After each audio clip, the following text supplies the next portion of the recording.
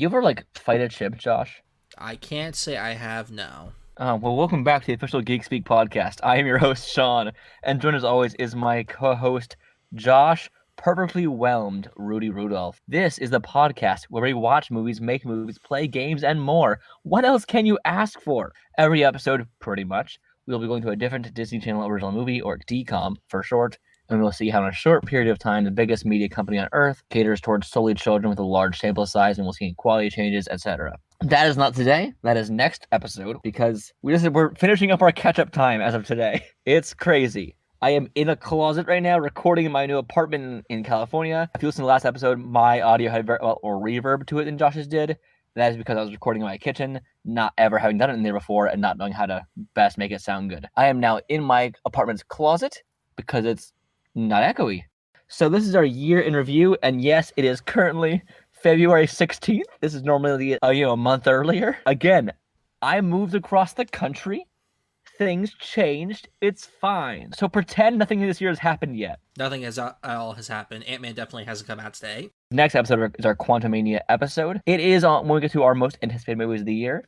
I might mention Quantumania because in this world it hasn't come out yet. We're in the past. Let's get into the news of the week, though, Josh. Starting off with, since we last recorded, the day we last recorded, actually, Knock at the Cabin came out, which we've both seen. We did. You liked it a lot, didn't you? I very much liked it. I've really only seen Shyamalan's modern stuff, like from the Last Airbender onwards is kind of like my... Oof. Okay, I didn't see Last Airbender in theaters. You showed me that, but whatever. The first film of his I saw was The Visit. Split, I think, is still my favorite of his, but this is a close second from what I've seen. I still haven't seen The Sixth Sense, so I can't, make a judgment call on that. The Sixth Sense, I think, is still his best film, followed by Stuart Little. It actually is his film. People don't know that. He wrote that film. I like Knock at the Cabin. I just wasn't satisfied by it. I think it was missing something. I don't really know what it was.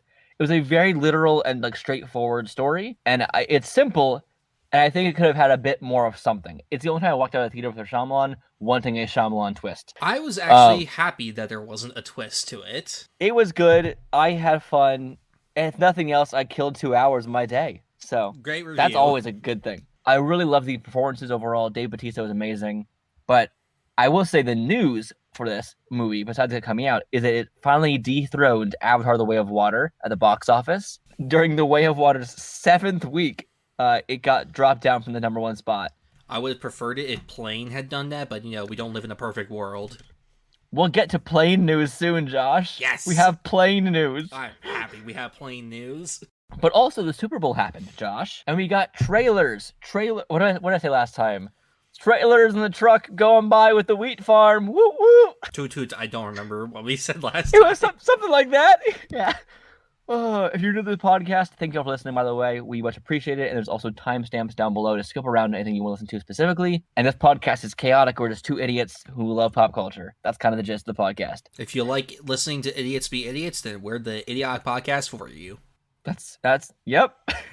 We got, among many trailers and money fun things, we got a weird Pepsi commercial that happened, superhero-esque Pepsi commercial during the Super Bowl. We got a Tubi commercial that caused actual assaults, but also we got trailers. We got the Guardians of the Galaxy Volume 3 full first trailer. We had a teaser before, and now we have an actual trailer. What do you think, Josh? It has me very, very excited for Volume 3. I love Volume 1 and 2. I think 2 is probably top 5 MCU for me. And I love that this really kind of has this sense of finality to it, at least for this Guardians team. I think there's going to be a lot of death in it. I don't know how much, but there definitely will be. How would you feel if everyone on the team died? All of them died. That'd be ballsy. I would commend them for that. I really like the Gamora Nebula Star-Lord moment about describing how his love life was. And it looks like he just looks over to the Nebula like, you're the next best option here. Why not? Keep it in the family, I guess. Oh, but it was a very fun trailer overall. I've talked on this podcast before about me and Guardians 2. Not my jam. Josh, I disagree on that part, and a lot of gun stuff isn't for me. But I love the first Guardians movie so much. I think this team is a really good team, and I like the holiday special enough, so why not? A third one with probably a dead raccoon in it? Why not? I'm sure he'll be alive first, not just a dead raccoon. The first frame, dead raccoon. We also got an absolutely bonkers incredible Mario movie trailer. Now, it's bonkers incredible because of the opening to this trailer, starting with the Super Mario Bros. Super Show theme song. I've never seen the show. I've never seen that before. Once that little thing came out, I'm like, okay, I guess I gotta see what this is. I'm like, well, that's a thing, I guess. Fun fact, I've seen every episode of the Super Mario Bros. Super Show. I've seen absolutely nothing from it, aside from that thing now. It's very 80s, 90s. It's very fun. We have an actual wrestler as Mario. Because they had live action segments as well as animated segments. Like the animated stuff was very classic. Save Princess Toadstool, defeat King Koopa. Sometimes they parody movie stuff within it and have fun with that. It was really cute, really fun. And then they flash back to reality and have Mario and Luigi, the plumbers and queens, dealing with shit, literally and metaphorically. And it was very funny with these thick Italian accents. And that Super Mario Super Show theme song, it hit hard, and they did that in this trailer. But also, I love the detail of having like woman read teleprompter very clearly in this trailer, and the classic game logo on their van. There's so much heart in this movie. I know people are constantly just like, oh, it's got Chris Pratt, it's got all these celebrities, it's gonna be bad. I'm like, can we not judge a movie based on its cast? Can we, like, look at what it is? Because from the trailer, like, the one that came out before, like, there's so many callbacks and things to other Mario games. Like, the people that made this, did their research. And, like, of course, Nintendo has a hand in it. So they're going to make sure that it does the games justice. It looks more faithful than the Sonic movies do, even. Yeah, and like Sonic, you have the excuse of live action. This is fully animated, so you can do anything within the games. So, yay on this trailer? Yay. Yay or nay on the Guardians of the Galaxy Volume 3 trailer? Yay. And again, for those who are also new, yay and nay, we say meaninglessly, because it's all subjective, all art is subjective, all opinions are stupid and fun, so why not? We also got another superhero movie trailer. This movie is complicated. We're back on our Ezra news. We got the Flash movie trailer, which upsettingly looks fantastic. We've talked about this movie ever since this podcast started, the ups and downs of the whole thing. So it's very interesting to actually finally see something from it. And yes, it does look good, but everything around Ezra makes it very complicated. If you all want to watch this movie without supporting Ezra Miller at all, or without showing that we want Ezra Miller back, watch on HBO Max after a month of it being out. So it means after their metrics are done, then you can watch it. Still support the cast and crew. Yes, the cast and crew have already been paid.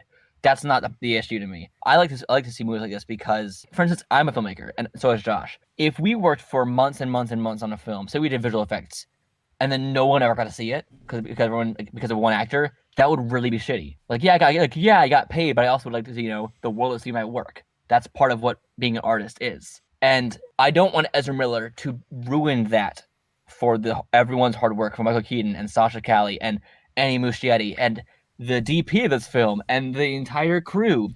And yes, I know they got paid already. I'm not saying go support this movie because the artists they already got paid, whatever. Again, it's for me as a personal thing. I'll see this movie probably on HBO Max a month and a half after. That way the metrics are done and I'm in no way supporting Ezra Miller anymore. But that way I'm still letting the cast and crew know I've seen your work. I think Josh probably has another point of view about this because we don't want to support Ezra Miller. Yes, everything around Ezra, it's a whole thing. We've covered pretty much everything that's happened since it's happened. If you don't know, go look it up for yourself. It's fascinating to say the least. Me, personally, I, get into movies for free, so I'm not worried about this movie seeing a dime of my money, so I'm not worried about that. But I do want to see this. This does look good. And this movie has been, in development hell since 2013, 2014, and so now it's coming out almost a decade later. Is very fascinating. And for me, the difference in not supporting Hogwarts Legacy, Chick-fil-A, or Kanye West versus a movie, it's very different. Like I don't go to Chick-fil-A. I'm not shaming people who do necessarily right now, but I have too many people in my life who identify as queer, LGBTQ+, and that money directly hurts them and directly causes legislation to hurt them in my life. And that's not good. So I don't want to put any of my money toward that. Same thing with Hogwarts Legacy, because J.K. Rowling is still the sole owner of that IP, and she consistently benefits from that IP, and she is hurting trans people every single day. She's written anti-trans books. She is helping push legislation to be anti-trans. She also, not so fun fact, has the game's plot is incredibly anti-Semitic. So I also know that's not the game itself is problematic too. So it's much more of a funneling into one bad thing system in that game. And again, with Kanye West, it's a solo artist. But with a film, it's literally an army. And for one act to be the downfall of an entire movie to me, it's really upsetting as a thought. Let's get into the content, though, of this trailer. Because holy fucking shit, Josh. We got Michael Shannon back. That surprised me. Was it ever reported or rumored that he was going to be No! Okay. No! I was talking to Taj about this, and I thought that it was funny that, in terms of like big set pieces that, are famous in the DCEU, it's very weird that the only famous one is from Man of Steel. And by famous, I mean infamous. And that seems to be the one we're revisiting in this film. It seems like a very good way to coddle the Snyderverse into death. Yeah. It's like, guys, the Snyderverse will have an end here. There's no more asking for it. It's fine. We're done with it. And that's probably why James Gunn loves it so much, because he's commented numerous times how great this film is. We theorized before about like the future of the DCU, like a year or so ago about this movie, and that was going to be kind of like retconning it in a certain way. And like, obviously, it's not exactly what we theorized, but we were close in certain aspects. This Sasha Calle Supergirl, though, is definitely it's Kara. It's not, or a version of Kara, not who we thought she was. But that's fine too. She looks great in this movie. I love the fact that she punches faster than Michael Keaton's Batman can in that scene when she's flying around and Michael Keaton's trying to punch someone, but she just punches. That's great. The details of the dual flash, like lightning, their feet hit each other and lightning strikes of blue and yellow and they run the opposite way. Pretty cool. Yeah. A lot of cool shots in this. I'm curious how it's gonna like explain exactly how the multiverse works with this, because you can kind of piece together certain parts. Like there's Ben Affleck's Batman talking to the Flash, Barry, to Barry, and you can tell like this is before anything has really happened, and then Barry shows up in, I guess, this other universe where there's another version of him. Michael Keaton's Batman is there, but Sasha Calle's Supergirl is there, but Zod, played by Michael Shannon again, is there again, and like Ben Affleck's Batman at some point is back in Metropolis. There's a lot of weird things in this with the multiverse. So I'm curious if it's like universes colliding, things are meshing. I don't know what it is. I think because Barry's in a world without metahumans, he goes to other universes and pulls Batmans. And it's so funny that, again, like this DC just can't seem to escape its love of Batman. Like there's more Batman imagery in the poster for the Flash than there is the Flash. It's so funny. It's the Batcave. It's the Batcave. You have a giant bat symbol, which is probably like the Batwing hanging over him, and then Flash is like very small, and I'm just like, guys, more people are gonna think this is a Batman movie. That's how you sell it, because it's Ezra Miller, so you have to sell it with Keaton. That's why. Yeah, that's true.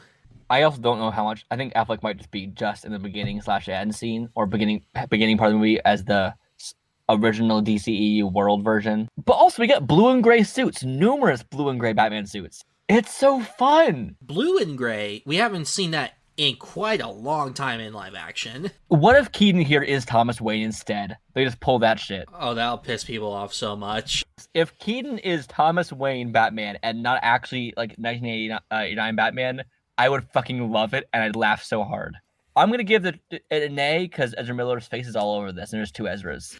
I'm going to give it a yay, solely for the fact that it's going to force the Snyder cultists to finally shut up. Valid. Okay, moving on. In this past week, because it's been about a little over a week since we recorded, we've got episodes 4 and 5 of The Last of Us within the same week. Yeah. You enjoyed it? Yeah, I cried.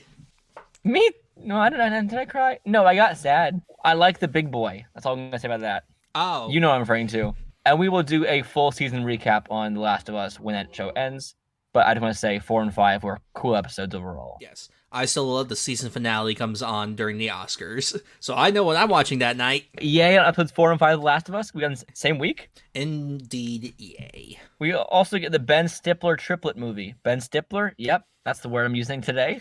We're getting a movie with Ben Stiller, and Ben Stiller. Or sort of. He's in talks to play 3 identical strangers. And a movie called 3 Identical Strangers. It's in the series that follows identical triplets who were separated at birth and reunited later in life. And I love Ben Stiller. If you've watched him in Secret Life of Walter Mitty, you know he's amazing. One of my favorites is he plays A very fun character in a movie about documentary filmmaking. What's it called again? While We're Young. Adam Driver's in it too. It's phenomenal. It's a very fun movie, and not in a way that you would expect it. I think rewatching it, I had more appreciation for it this time around. So Ben Stiller in Talks Play Anything? Yeah, why not? I like him. Yay? Yay. How to Train Your Dragon, the movie series based on the book series of a very different story, is getting a live-action movie. It's in the works right now. The film releases March 14th, 2025, currently. My thought is, how funny would it be if they based this movie off of the book and not off of the animated film, where Toothless is actually a little toothless runt who can't do anything? That would certainly be a choice. It'd piss a lot of people off. But I'm honestly excited for this. Out of most of DreamWorks' movies, like, this is a good one to do in live action. And also, in terms of, like, adapting modern animation into live action, that doesn't really happen. We'll adapt, like, Scooby-Doo and, like, Smurfs into live action,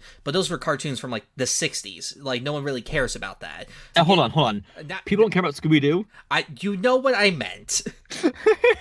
But something like adapting this into live action, that's very interesting. If it's successful, which it most likely will be, and it actually is a good adaptation, this will probably open the doors for, better stuff. Not, the Disney live action remakes, which are, terrible. They make it a musical now. They add in songs. And the wisest choice would be to keep Jay Baruchel as Hiccup. Yes, even when he's a child.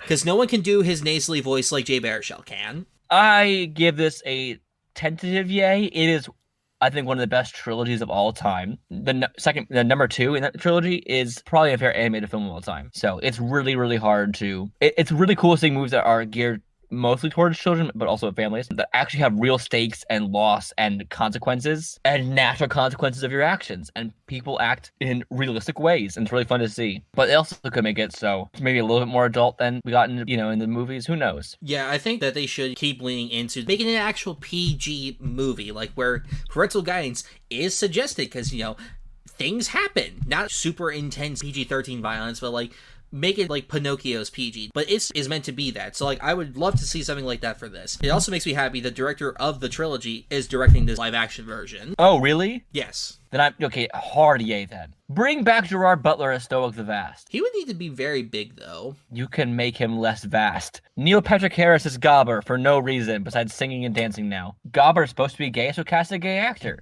Why not? We have AMC Theater Shenanigans, as you're probably well aware of this. Yes. They are changing their ticket prices depending on seat location, with standard sightline, most common seats at normal price, value sightline, front row and select ADA seats, lower price, and preferred sightline, middle row seats at premium price. What the fuck? This is beyond stupid. This is not a concert where you get one show a day and it costs, like a couple $100 a ticket, whatever it is. This is a movie theater that seats like 20 to 50 people, depending. Multiple showtimes a day. What is this?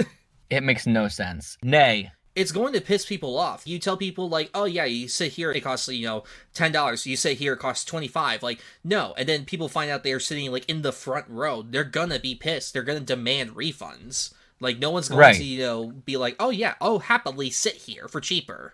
Yeah, you're gonna have the front row just stay empty. And it's basically all it is now is just a price hike. That's all it is at this point. Because no one's going to sit in the front row. And if you want people to come to the theaters, this is not the way to do it. No. Re-release Top Gun Maverick. That's the way to do it. When it's time for the Oscars, they'll release all the Best Picture nominees, except for Netflix, in theaters. So, yes, Top Gun Maverick and Elvis will be back in theaters, and I can't wait. What a great segue. I have Elvis news. Oh, wonderful. First off, yay or nay on the AMC Shenanigans? Hard nay. And if I get fired because I said hard nay, well, now we have the evidence. Austin Butler says he is finally getting rid of the Elvis accent, saying, I have probably damaged my vocal cords with all that singing. One song took 40 takes. I mean, that's the nature of film, just with the angles and takes and everything. But also, dude, you've been using that voice since the movie came out. Watch it the second the Oscars happen, just gone. If he wins the Best Actor Oscar, which is most likely going to happen as much as I want Brendan Fraser to win, he's not... Will he? I don't know. But yeah, like, you just listen to interviews of his voice from, just a few years ago. Nothing at all like his voice now. Well, to be fair, he did also get older. But, he was already he's only been in his 20s. At this point, your voice shouldn't keep dropping. I understand the idea of being method for a while and trying to stay in the voice, and it's probably hard to get out of that at that point. Yeah, in terms of, method acting, staying in the voice of whatever character, whether it be a certain accent or dialect or whatever, I understand staying in that so that way you don't lose it. But the movie's been done filming for a while now.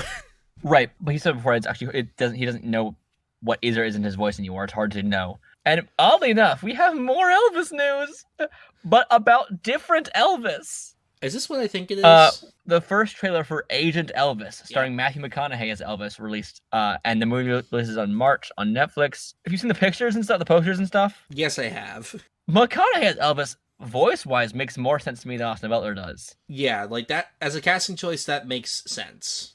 It seems smooth, but also it'd be really funny if you got Austin Butler to do it and just make him stay in his voice longer. Yeah, like anything to do with Elvis, Austin Butler has to play him now. Yeah, I give this trailer, I did watch it, a tentative yay, because it makes us have to talk about Elvis longer. I'll give it a nay, because I don't know if I have interest in watching it. Sequel schmequels, it's time to get funky. What? So we have sequels in the works, Josh. 3 new Disney sequels, for instance, being made with Toy Story 5, Frozen 3, and Zootopia 2. Thoughts? Frozen 3 and Zootopia 2, I get those. I understand those. Toy Story 5, we've had 2 endings to this series already. Why are we going for a third ending, guys?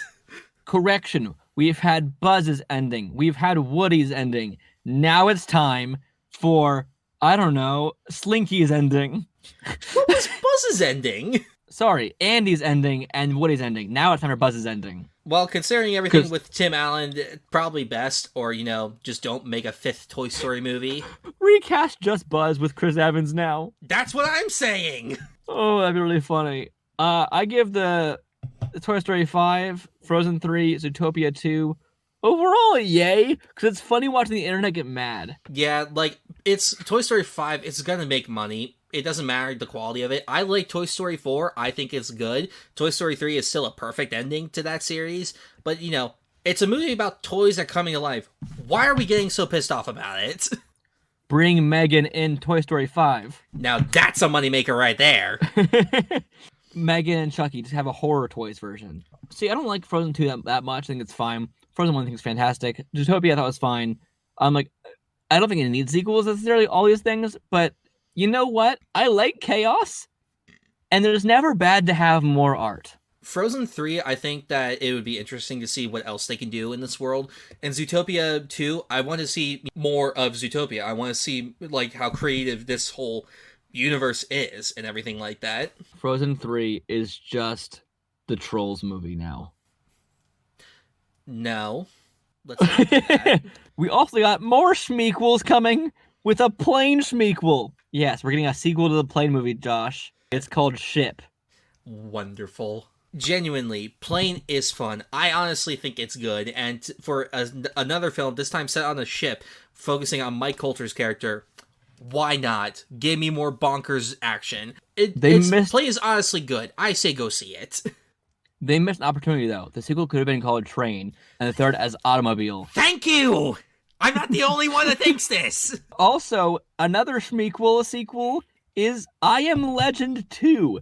And if you've not seen the other version of the ending of the movie, like me, you'd be very confused. Because at first, spoilers for the first I Am Legend, you can skip down below the timestamps.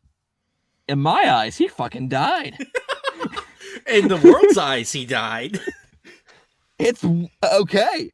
But then I recently watched the alternate ending. I'm like, oh, that's different. Yes, the alternate ending fits much more thematically with the film and the virus and all these other things. It basically is he doesn't blow himself up to sacrifice himself. He kind of realizes oh, these are humans now. What we're basically killing them. Again, I haven't seen the movie in a while, so I'm not explaining it correctly. But the alternate ending is way better. And it's not oh, he sacrificed himself. Sad. This one actually makes you think. So a sequel, I'm very curious what that'll be. And you know what? I'm happy that we're getting past all the Will Smith, slap shit. And now he's yeah, that was stupid. Okay, Bad Boys 4, that's happening now. Thank God. I love Bad Boys 3. And then now I Am Legend 2, he's starring in it with Michael B. Jordan. Okay, cool. I'm excited. Yeah, I was about to mention the same thing you did about Oscars, how we're finally, Will Smith's still working, and it's got Michael B. Jordan as his son. That's pretty cool. I also looked at I Am Legend is the only movie I've ever seen with pandemic-based vampires. Because they're not zombies. That's true. They burn in the sunlight even. Like they're vampires. And so that's cool. We're getting another one. Don't let the dog die this time, please. Anyway, moving on to the next thingy. I love thingies. More sequel stuff. Gladiator 2 news, oddly enough. Have you seen After Sun yet? I have. Good movie. Paul Mescal from that is going to be starring in Gladiator 2, coming out November 22nd, 2024. What a wildly quick career that man has had. He started in like a mini series with Daisy Edgar Jones, and then he got did After Sun, which got him an Oscar nomination. Now he's starring in Gladiator 2 as the lead. Like, that's insane. Good for him. Also, why do we have Gladiator 2? That feels like a movie that does not need a sequel. I think it's focusing on his son. I think that's what it is. I've never seen the first one, so I have no idea what happens in it. I haven't either. I brought those news up because I thought you'd seen it. I have not. I just know Ridley Scott made it, Russell Crowe's in it, and Joaquin Phoenix is in it.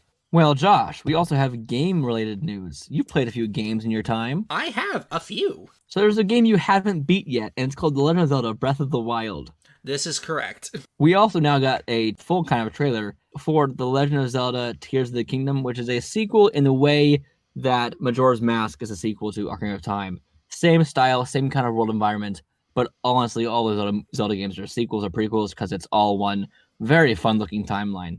It's a very weird timeline. It's a trident.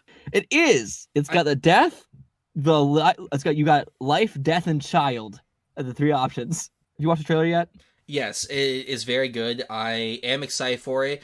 I will say I am a bit disappointed that obviously, we got the sky shit, which will be interesting, but like it's the same map from the last game. It was such a huge map also. Like, what else can you really do with it? If you've played, Breath of the Wild, you're going to be playing the same, map this time around.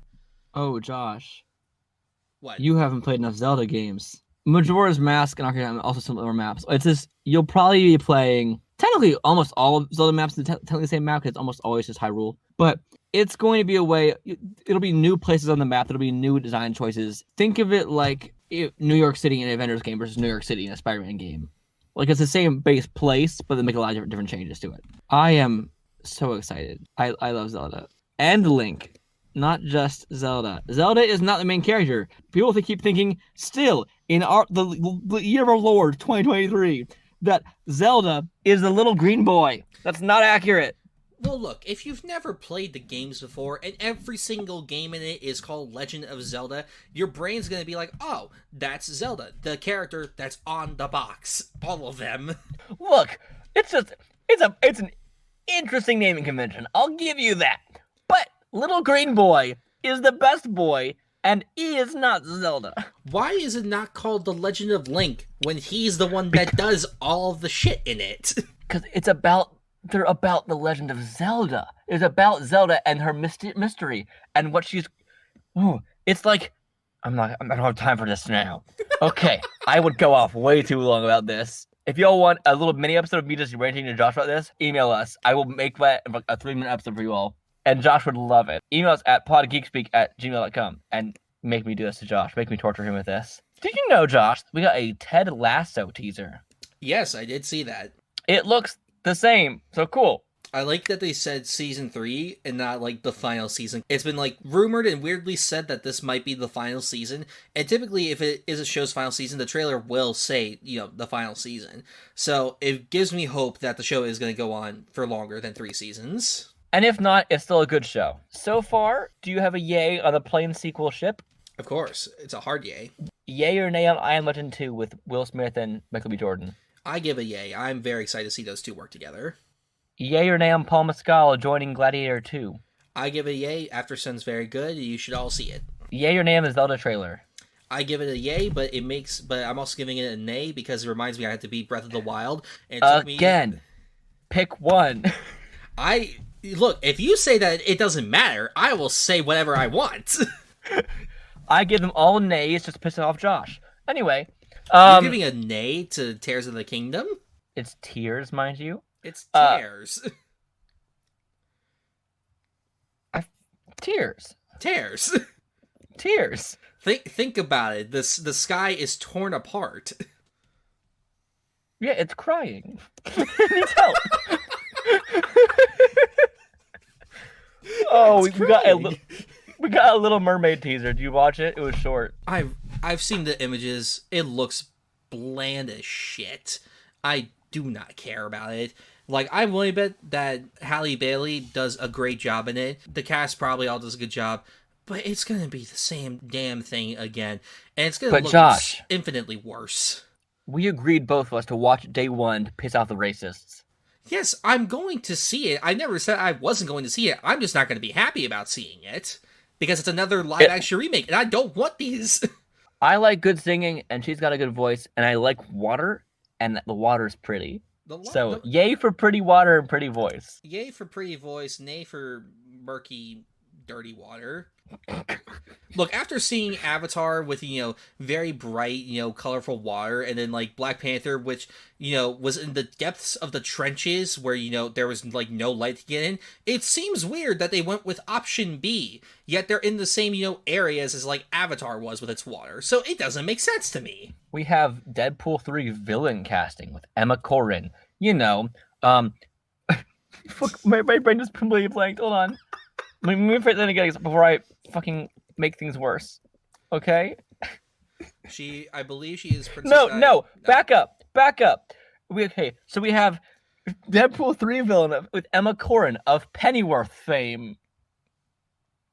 She was in Pennyworth, Josh, for seasons on seasons. Also The Crown, I guess. But Pennyworth. She was in 4 episodes of Pennyworth. Seasons on seasons. She was in a show. I don't think you understand what that word means. Emma Corrin. Are you okay? Yay. I'm in a hot closet, Josh. I'm hotboxing myself by just being in here. I thought you opened the door. It's never enough. Yay in this casting. I think she's great. I give yay just for pretty much anything in general with this movie. It'll be very fascinating to see. Speaking of Sony stuff and Fox stuff and, the alternate Marvel worlds we have. The spunk. We're getting spunk time, actually. We're getting a Spider-Man Noir live-action film confirmed now. I thought it was a show. Series, yes, you're right, sorry. With Phil Lord and Christopher Miller producing, which is amazing. And Oren Uziel as the head writer. And this is really cool. He has written for things like The Lost City, 22 Jump Street, The Cloverfield Paradox. So that's kind of cool. All I ask is they cast Nicolas Cage. That's all I ask. He wrote the story for the Mortal Kombat 2021 movie. Take that how you will. So now we've got a Silk show and a Spider-Man Noir show. And is Spider-Woman happening? I don't remember if that was a thing. Make them buddies. Silk and Spider-Man Noir. That'd be a team up for sure. That's the whole show now. It's just like rom-com, but they're not with each other, just like other people. Josh, Joker fully adieu. We got our first picture of Lady Gaga and Arthur Fleck. Nope, Lady Gaga and Joaquin Phoenix. Arthur Fleck is a fictional person, not an actor. And they're almost kissing, maybe have kissed because the red on her lips and his lips match, but it could be just blood. But she's Harley Quinn, and this picture looks slightly ominous. We don't know. It's also musical, and still yay for being musical, no matter what. Yes. But also, we don't know at what point this takes place, how it takes place, where or when or anything, which is really fun. My money is on it, being set directly after the first movie, like him in the mental hospital. Probably this will be more focused on Harley than it will be on him, but we'll still see like his sides, like the quote-unquote romance of the whole situation. Just bring me fun musical numbers. That's all we need. I want this to be a weirdly deranged musical. That's all I ask. If you're making it a musical, go all out with it. Have Mark Hamill do a song and dance in this. Yay on this picture. Why not? It's fun. I give nay because I'm not going to be ready for the discourse of when the movie, comes out. That's going to be very annoying again. Percy Jackson and the Olympians? Percy Jackson and the Olympus. Yep. Season 1 wrapped filming, Josh. Woo. We're going to get that soon now. You ready for it? Sure. You ready to see Luke give the boys the little feet wing shoes? Sure. And the wonderful cast we have? The cast is great. I am very excited to see what it'll be like. It's going to be interesting the seasons going forward because, the kids, are, middle school age, so they're going to be going through puberty and stuff, and it's, they can't release this, one season a year. It's going to take time. So it'll be interesting to see, like, how they grow and change the changes, the seasons. Yeah. They'll probably have to make just book changes, and that's fine. Or it's like with Harry Potter, and, you don't really address the age, like how they look. Or like how in Umbrella Academy, which takes place over a span of 4 weeks, Aiden Gallagher has aged years. The whole series so far? I thought Aiden's character takes place is like 4 weeks time. Like, that's weird time stuff, I thought. With 5, that's time travel thing. Okay. Even so, they need to fix some stuff with that because that boy grew, and so they're ending it because of that, partially because of that, but partially because of the story is changing, and then with Elliot Page having the character change as well, a lot of things have had to keep making that show adjust. But that's not the point right now. I'm going to say hard yay on Percy Jackson and the Olympus. I give hard yay. I hope that there's BTS of Walker Scobell just swearing and quoting Deadpool 2. DC Comics sold out a bunch of comics. I've heard James Gunn announced the slate and did what Marvel does not do and actually put the exact issues and names of comics that inspire their stories. And in doing so, it helped DC so much. Every comic that James Gunn and Peter Safran put out saying, our slate was inspired by these exact issues and comics and writers. Those all sold out, which is phenomenal. Yeah, The Authority, Supergirl, One of Tomorrow, and more DC comics sold out, which is absolutely phenomenal news. Technically, you can get some still for like $200 when it's normally like $3. So that's still sold out. Or if you don't care about having it physically, you can buy it digitally for like $3 on whatever the DC comic app is. So Josh, who do we not talk about? Who do we not, or who have we not? Who do we not talk about? Bruno? Correct. So the song We Don't Talk About Bruno won a Grammy. How? Yes. That doesn't make sense. Let me finish. It won a Grammy for Best Song Written for Visual Media at the Grammys. But time-wise, that doesn't make sense. It came out in November of 2021. So it would have been the Grammys of 2022. Look, it's just what the news says. I'm following the news. I know. I'm saying it doesn't make sense. Were they just lazy that year? Or does it not matter when you submit them? So apparently numerous people have had the same question, and there are some things from 2021, I guess, on the list. So sure, why not? that's nonsense, right? Look, I don't watch the Grammys. I don't know a damn thing about music. Whenever people get mad that someone won, I'm like, cool. Well, here's something cool about the Grammys. Viola Davis won an EGOT now. She is now an EGOT holder. As she should be. And yes, absolutely as she should be. But more so on that, she is the third Black woman in history to achieve this, which is, wow. Good job, Viola Davis. How many people have won EGOTs? Not a lot. It's not a big category. Yeah, it's a very hard thing to achieve. I think you can do it. That's debatable. You can win the Grammy for something. I want it to be like the most obscure category. It's like when you win an Oscar for just something completely random. And our last news piece before we dive into our year in review has to do with A Quiet Place, Day 1. It has begun filming, and that cast includes Lupita Nyong'o, Joseph Quinn, and Alex Wolff. Yes, yay. I'm excited. I think this will be very interesting to see, just because if it is truly only the first day, I think it'll be a very interesting story. I don't think it'll be just day 1 literally, but like it's just the beginning in general. But either way, yay. Yay, indeed. So it's time for our year in review. The news overall was quite interesting, I'd say. What a year it was, 2022. A lot of things were done. Do you review? Huh? Do you review? What exactly are you asking me? It was a year. Now, do you review it? I guess? Cool. Time for that. Let's start with our, like last year, same categories pretty much. Let's talk about our biggest yay of the year. And you can interpret that however you want to, not necessarily the best film or your favorite film, but like we say yay or nay about everything. So what this past year, what struck you was like, that was a huge yay to you. For me, because I know everything ever all at once is going to win numerous categories in our year in review, I'm not going to give it to that.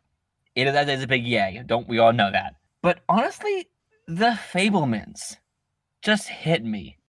It really hit me. Spielberg can do very little truly wrong. This film just shows me, once again, why I'm a filmmaker. Oh god, this is a tough one. Biggest yay of the year. Do we need to give you the list of all the categories so you can be more prepared? No. If I shoot myself in the foot, I shoot myself in the foot. I'm gonna go with RRR on this one. Ooh, I haven't seen it still yet. It's on Netflix. It's cinema to the max in every possible way, and it is amazing through and through. I thankfully got to see it in theaters, and I would, if you somehow can, I don't know if they're playing it in theaters anymore, I would recommend seeing this on the biggest screen possible. But if not, it is on Netflix right now, and it's not in its original language, but it's still very much worth the watch. Now, next up is our biggest nay. And again, it does not mean it's a movie we hate. It doesn't mean it's bad. It just means like it's just not it for us. And this past year, there was a lot of good media, I'd say. I think I know what Josh's is going to be. I actually don't know what my name is going to be. I feel like your biggest nay is Avatar: Way of Water. No. Because even it's not. No? Bad. No. I think my biggest nay, and again, it's not like shooting down the artist or whoever worked on these things. I'm going to go with Black Adam because I don't think it's terrible, but it could have been so much better. Yeah, that's very understandable. For me, it's going to be between The Bubble and Pinocchio. Now, hold on. I forgot that existed. Yes, now let me explain my reasonings for these. Pinocchio, the Robert Zemeckis live-action remake of the Disney movie, is awful through and through from beginning to end. It's indicative of just, these remakes are just the worst because there's nothing new added to them. And it's also just sad to seeing Zemeckis just kind of not reduce himself down to this, but just have completely lost himself as a director from what he was when he started.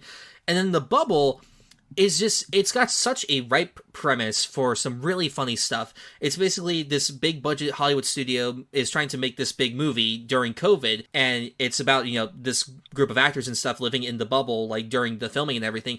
That's so ripe for so many funny things, and it was written and directed by Judd Apatow, who's, a generally funny person. My god, this was bad. It was... And it's got a stat cast of Karen Gillan, Pedro Pascal, Leslie Mann. There's so many great people in this movie that are very funny and so many other things. Not here. They are given nothing to work with, and it's painful. I love how neither of us picked Morbius because honestly, is it an A? It's quite a ride. It's a ride. It's not one I really want to take again, but like I'll say I enjoyed it more. But we had fun. We had fun. It murdered my back. I was bedridden for 2 days. That's not a joke. Right before the movie started, my lower back was feeling pain. I'm like, that's weird. As the movie was progressing, I'm like, it's getting worse. Is this a sign from the movie gods? And then I was bedridden for 2 days because I couldn't walk. So you, again, broke the category by picking two movies for your biggest nay. For different reasons, which I respect. I like how I went with, I thought something that's the worst movie in the world, but I don't think it hit very hard. And Josh was like, this was bad. Now, comes a category that's interesting. A neutral yay. Where it's something that is just above, yeah, all right. That happened. I had a good time. That was a movie that I probably don't need to see again. It's ranging in that 5 out of 10 range, but a little better than that. And it's a yay for me. Not necessarily amazing, but, I get something out of it. And for me, this is the most neutral yay possible. And that's Where the Crawdads Sing. Yeah, I can understand that. You've heard of Horse Girls? Get ready for Marsh Girls. That movie, I don't know how I feel about it. I think I gave it, I couldn't even rate it. So I could see myself giving that movie a 5 or a 6. And either way, I had an okay time, I would probably, Good ending, This is one that probably no one has seen except for me, but the Netflix movie 13, the musical. What? Describe this first. Apparently it's based on a Broadway musical, which I didn't know until I saw it, but it's basically this kid moves from New York to like the suburbs somewhere to live with his grandma while his parents are going through a divorce, and he's trying to fit in with the other kids and whatnot to get ready for his bar mitzvah and like all this. It's a very standard story, but honestly, like the performances from the kids and the songs weren't that bad, and I had a surprisingly fun time. Would I ever watch it again? No, but I honestly can't say I had a bad time watching it. Honestly, I could rough some feathers here and give that same category to the Sea Beast. I thought it was fine, and not much else, but it was positive.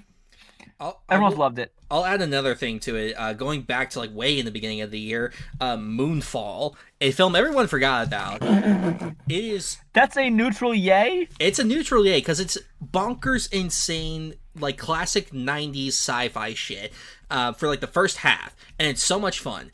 But then it undoes itself by the second half. It just because it's focusing on the wrong thing and it becomes so boring. It's a weird balance. If it wasn't boring in the second half, I would say it's a good yay, but it's a neutral yay because of that. Now here comes the neutral nay, and I could do the sequel to the thing I said last year. I won't do it because it's not even accurate for me this year. I don't know what it is. Maybe it's dog for me. Because while I don't actually dislike dog, I didn't get anything out of it. Yeah, I can understand that. I gave dog a 5 out of 10. I could give it a neutral yay or neutral nay. But honestly, I never need to see it again. For me, I'm going to go with Death on the Nile. Like, the cast is there, Armie Hammer is excluded, and, like, they're doing fine with what they have, but, like, the mystery itself was okay at best, and here's the biggest problem with it. If I was able to figure out who did it, like, way early on, that's a problem, because I'm a moron, especially with mystery stuff. And so if I could figure it out, then everyone else could figure it out.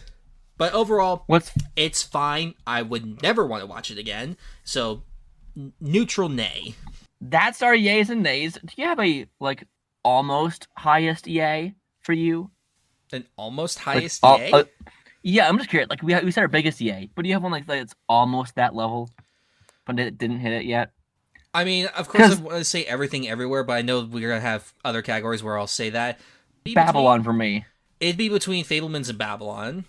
Babylon is so good. It hasn't left my head yet. It's an insane ride from beginning to end.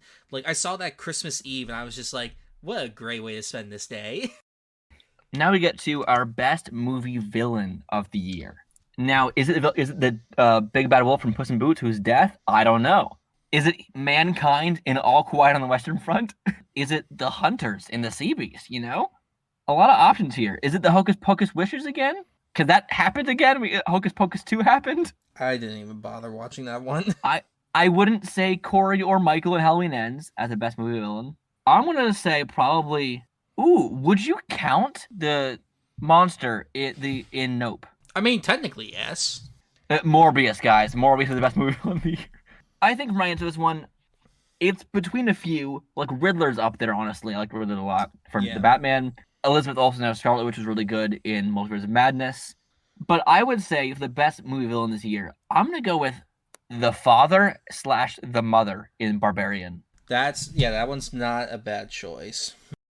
The dog and dog. I'm kidding. If you took that away from it, then I don't think you understood it. I'm gonna go with a wild card answer here. I'm gonna say Jim Carrey and Sonic the Hedgehog 2. Not generational trauma in Turning Red.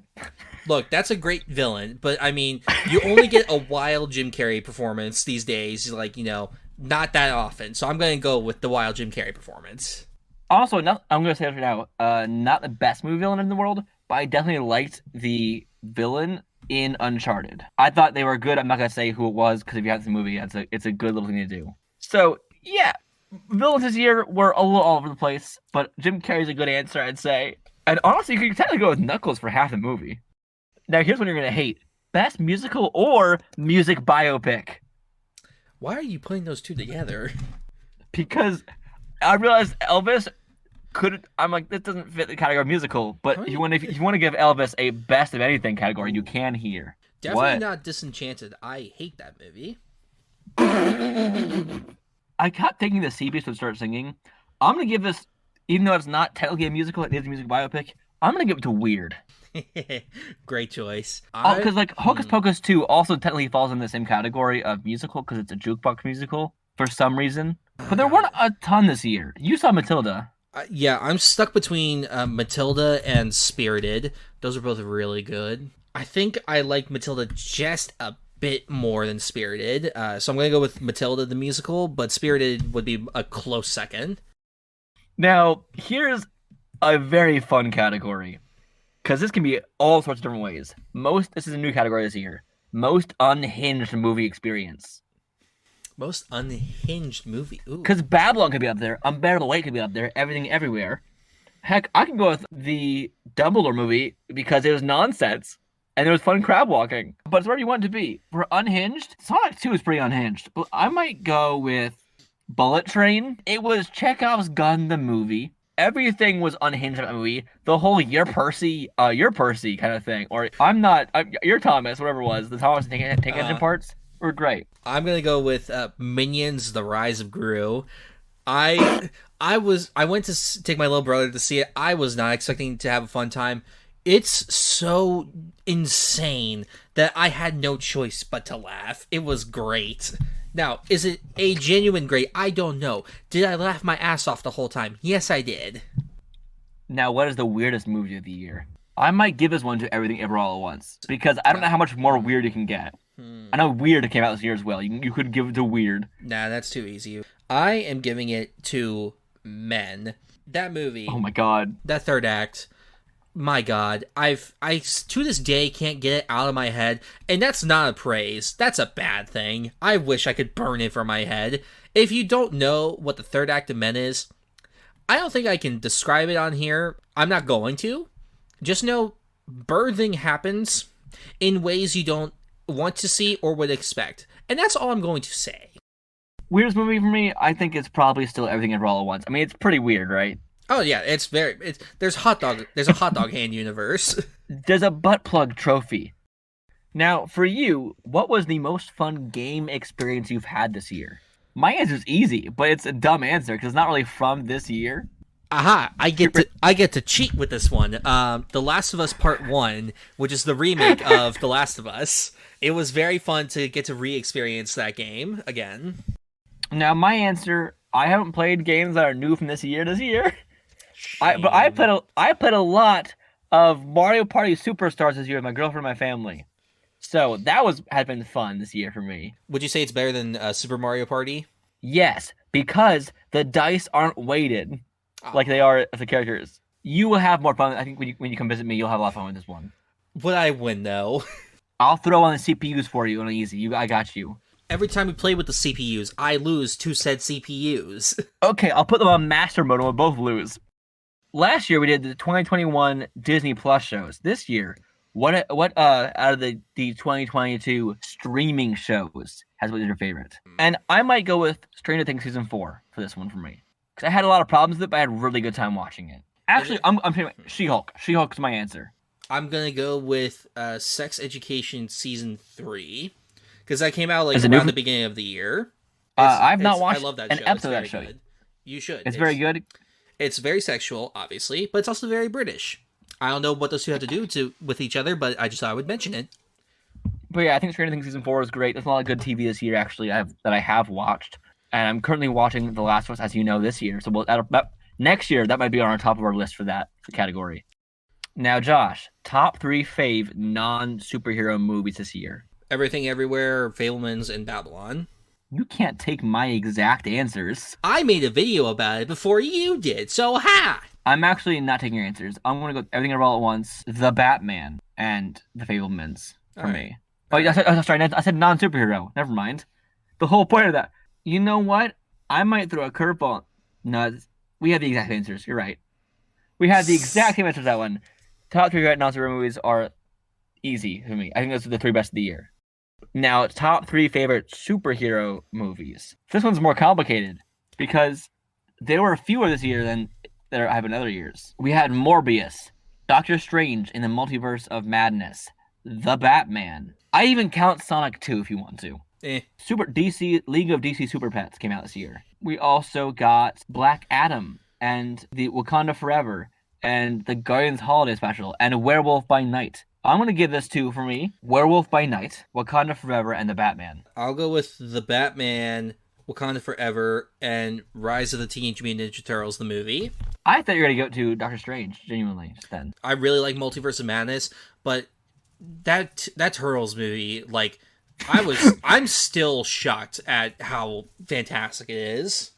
So, you all probably don't know this now, but we have a whole lost episode of Turtles I went through an entire history of the Ninja Turtles, creation, the creators, the different weird TV shows it's had, an actual stage production, all this stuff, and it's gone forever. I made Josh hear me for 2 hours. I lost my voice, all for nothing. But Josh remembers maybe one thing of it. Probably. That's a good choice, though. I like those movies. Also, Werewolf by Night is amazing. Oh, yeah, Werewolf by Night is great. So what was, to you, the best horror movie of the year? We have Nope. We have The Black Phone came out this year. We got Scream 5, which I keep forgetting is this year. We got, technically, Morbius is under the same category of horror. Is it really, though? Yeah, it's a superhero horror movie. It counts, but it's not good. We got Smile, Halloween Ends. What do you think? You could say All Quiet on the Western Front, because, people are the real horror. I'm going to go with Barbarian for me. That really affected me. I have not stopped thinking about that movie since I've seen it. Although, The Black Phone, we talked about in the podcast, we had a lot of fun with. I think we both enjoyed that a lot. Yeah. I think I gotta go... Nope just worked. Nope. It worked so well for me. Nope was really good. It's a very classic, 70s, mashup of horror with a different genre, similar to, Jaws, which, is not a new comparison. But, I mean, it's an effective one. It's very good. If you've not seen Nope yet, go watch Nope. And maybe watch it a second time if it doesn't click the first time. What is the best new TV show that you watched, new for you? And it can be non-streaming. I know. The Bear. You really like The Bear. It's so fucking good. The aggression is then. Just watch the pilot episode and you will be hooked. I'll watch whatever I want to watch, damn it. I'm giving you a recommendation, bitch. She-Hulk was still great. I still love that. But new for me in general, did I not watch TV last year? Like at all? Hold on. I don't think I watched stuff. I'm looking at TV shows. You watched Ted Lasso. That's true. That's new for me. That's my answer. Ted Lasso is amazing. Also, The Good Place I watched last year. But that's my answers. If Ted Lasso definitively last year, if not that, then BoJack Horseman. If that was the one. If you know what I'm saying. You get me. Yes. What was to you the best and second best animated features? Pinocchio for number 1, and then Puss in Boots: The Last Wish for number 2. You were so ready for that. I was. I'm going to go with Pinocchio again, probably. We all like Pinocchio. Of course, we're talking about the Pauly Shore one. Definitely not the Del Toro one. Father, when can I leave to be on my own? I have the whole world to see. Oh, God. Yeah, Pinocchio number 1 for me. Number 2 is going to be weird. DC's League of Super Pets. I don't think it's great. Actually, no, what am I saying? Turning Red's number 2. I was about to say, What? I'm pretty sure you've seen Turning Red. That's an interesting choice. Turning Red is better. Yes. Pinocchio and Turning Red are definitely the 1 and 2 for me. I just couldn't find my movies for a second, and I went off my head, and my head was wrong. Now, I want to know what you think was this year the coolest costume of the year for anything, any movie. And you can't say Ghostface because that's the same costume. Honestly, anything Jobu Tupaki wore, the entirety of The Woman King was good costume design. I gotta go with Benoit Blanc's choices of outfits in Glass Onion. The coolest costumes for you are Benoit Blanc? His pool suit is beautiful. You know what? I respect it. For me, see, I would say Multiverse of Madness, but those costumes also are too similar to what we're already seeing to be the coolest costumes of the year. Moon Knight's is pretty cool. I was thinking the same thing, just that Moon Knight has a really good costume. I do like the swag that Mr. Fantastic Beast Boy has. I might take a cue from you, and you loved the Eggman Robotnik in Sonic 2. Yes. I think he has a pretty cool costume. He does. It's a cool costume. It's got cool threads. What do you think was the most practical outfit in all of Glass Onion, by the way? The most practical outfit? Yeah, no, I'm just curious. It's actually not I just want to know. I'd probably go with the assistant. Yeah. Because she wore normal stuff. Okay, Josh. What was the biggest surprise of 2022 for movie? That's a great one. I'm tempted to say Barbarian again. Yeah, but I don't know if I would say that just because I didn't know what it was gonna be. So I was surprised, but not in the kind of way I thought that was gonna be terrible, and it was actually amazing. No, but the movie itself was non-stop surprises for me. For sure. I'll go with Ambulance. because I thought it was going to be not great. And you know what? It was amazing. It was the most Michael Bay it's ever been in a good way. Yeah, I think I gotta make that my answer too. Ambulance was a fun surprise. We had a good time. It's like Michael Bay is Michael Bay, but like to see him actually care about his characters and do really great action, and the fucking drone camera work in that was insane. But Jake Gyllenhaal's eyeballs shooting on his own head. I'm so happy that he and Bay were on the same exact page as to what this character needed to be. Now, was there anything you watched in 2022 for the first time that didn't release that year that you loved? Clue. I'm going to go with Clue on this one. Now, I have a cheating answer because it was from the 2021 year, but Coda I watched in 2022 before the Oscars. I'll count that. That was really good. I think for a completely fresh movie... Also, hold on. Clue is a great answer, Josh. Good job. Thank you. I really liked Ocean's 11. I watched Paddington this year. I loved it. Yes. Now you gotta watch Paddington too. I would say Paddington is probably my best answer I can give. Or Walk Hard, a Dewey Cox story. Equal footing there. Of course. Clearly. So that was pretty much our year in review. Now, what this year is your most anticipated anything? Movie, show, something. Well, I mean, it was The Last of Us, but I mean, that's already out now. You know what? I'm really excited to see Mario. Not even a joke. I think the Mario movie is my most anticipated movie of the year, which seems wild to say that. Across the Spider-Verse. That's a good answer, but I'm sticking with Mario. Because while Mario is unpredictable right now. It pretty much is. You can't really tell, it's clearly faithful, but, is it good? Like, Across the Spider-Verse, I know what I'm going to get probably roughly. So it's probably going to be my most anticipated yet. But this one, we got Chris Pratt and Charlie Day. What a weird combo. Charlie Day as Luigi is inspired casting. So, Josh, that was our year in review. It's been a good year for media. Yes. And now we're in 2023 in February, and shit keeps happening. It really do. Shit be doing. So, you know what time it is? It's late. No, do you know what time in the you know what section of the podcast we're in now? We say words. Super strange. Close enough. Super weird stories, which Josh knows nothing about nothing, as he keeps saying. This is the part of the podcast where I talk to Josh about something related to superheroes or comic books or comic book culture that's weird or problematic or wholesome or something that's, interesting to talk about. If you want to hear a really problematic story, go to our first episode. It was something. Let's talk about something actually genuinely wholesome for once in this podcast with this. Yay. I wanted Josh to not be upset. I was something problematic before he went to go to bed tonight. It's just like every time we do this, it's just like, oh great, more things to be depressed about. You like the swordsman story a lot. I love the swordsman story. That doesn't mean my mind still isn't broken from it. Look, he became a plant with Mantis. No big deal. All right, let's talk about Blue Ear. Who? So, the Blue Ear, a superhero. Ready for it? Who knows? Is he an actual ear that's blue? No. Blue Ear was created by a 4-year-old. That's not what I was going for, but okay. So, Marvel usually gets mail from diehard fans asking extremely detailed questions about their favorite characters. That's a pretty common thing for both DC and Marvel. But one request from a desperate mother led staffers to put their thinking caps on and come up with a brand new superhero. Blue Ear is a superhero with a special listening device that gives him supersonic hearing. He was created in the likeness of Anthony Smith, a 4-year-old boy born with mosaic trisomy 22, which is a hearing problem. And so here's a quote saying, "We were raised with the words of Stan Lee ringing in our ears. With great power, there must also come great responsibility." Marvel editor and writer Bill Roseman told HealthPop, "If we don't use whatever skills we have to help others, why are we here at Marvel?" Mosaic trisomy 22 is a genetic disorder that causes 3 copies of chromosome 22 instead of 2, according to WebMD. Though the mothers typically suffer miscarriage when their fetus has the disease, babies that survive suffer from developmental and health complications.